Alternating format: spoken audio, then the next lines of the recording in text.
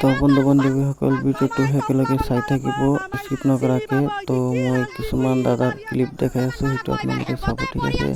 দাদাই কি কৈছে ভোটৰ বিষয়ে চাই লওক আপোনালোকে, ঠিক আছে?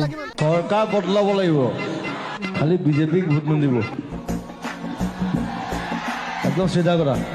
তো দাদাই তো চিধা চিধি কৈ দিছে চৰকাৰ বদলাব লাগে। তেনেহ'লে কোনে কোনে চৰকাৰ বদলাব বিচাৰিছে সেইটো কমেণ্ট কৰি জনাওক, ঠিক আছে?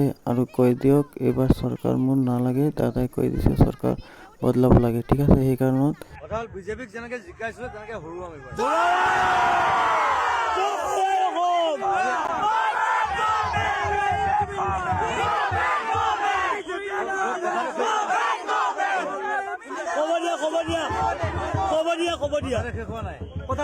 আকৌ কংগ্ৰেছক নিজিকাও,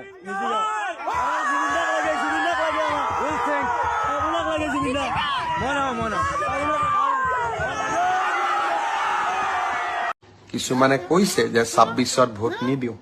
সি স্পষ্ট কথা, আমি যদি জুবিনক ন্যায় দিব নোৱাৰো আমাক আপোনালোকে কিয় ভোট দিব? নিদিয়াটো স্বাভাৱিক। रुको जरा सबर करो। মামাই টপলা বানবা লাগব, মামাই চিনি পাব কি ৰাজনীতি এবাৰ টপলা বানবা লাগব, এবাৰ গোটাই বৰিয়াল ছিংগাপুৰত ধৰবা লাগব, এবাৰ দি হেমাতো উত্থানৰে ফাইনেল লাগে, মানে মিঠাতেল লাগে লাগে। আমি ঘেউ দি ভাত খাম, আলু ভাত দি ভাত খাম, দালিও নালগে, আমাক মিঠাতেল নালগে। এবাৰ ২৬ত হেমন্তই টপলা বানবা লাগব। বহুত চিধা চিধি কৈছো, ইয়াত ৰাজনীতি আছে। নামাজ পঢ়ে সিগলা কৰবা দে, আমাক দালু আৰু আলু দি মামাই আমাক ভুলাবা নৰে, এক তৰপে ভুলবা পাৰে, আমাৰ তৰপে আমি ভুলিবা নৰে। আমাৰ গৌৰৱ গগৈ নামাজ পঢ়ে সিগলা দি তই খচলিব পাৰা, না না না খচলিবা নৰে। কিন্তু জুবিন দা এনে মুখতে ভাল পাইছিল, অন্তৰেদি কিন্তু হুল চাচি আছিল। আমাক অৰুণোদয় নালাগে, আমাক চাউল নালাগে, আমাক দালি নালাগে, আমাক তেল নালাগে, কেৱল আমাৰ জুবিন দাক ন্যায় লাগে।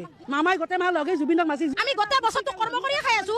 আমাক হিমন্তত খোৱা নাই নহয়, চামুচাৰি দিছে আৰু বেলচা মাৰি লৈ গৈছি, তাক কত টকা বাঢ়াইছি, কিন্তু দুই খাৰ বেলা টানিহে আছে হেমন্তই। কিন্তু দুই খাক দান দিছে নেকি? কিন্তু জুবিন দাই যিমানক দান দিছি কিন্তু হেমন্তই দিবা পাৰছিল। কিন্তু হেমন্তত তেজৰ সম্পৰ্ক থকা মানুহ এটা মৰাক দেচোন, হেমন্ত এৰব, হেমন্ত যিয়ান তিৰিটো মল্লাক হয়, বেলেগক এৰব নেকি? যিকোনো বন্ধু বান্ধৱীসকল, তো কোনে কোনে জাষ্টিক ফৰ জুবিন গাৰ্গ লাগিছে সেইটো কমেণ্ট কৰিব, আৰু ভিডিঅ'টো কেনে লাগিছে কমেণ্ট কৰি জনাব, আৰু আপোনালোকৰ কেনেকুৱা মতামত কমেণ্ট কৰি সকলোৱে জনাব।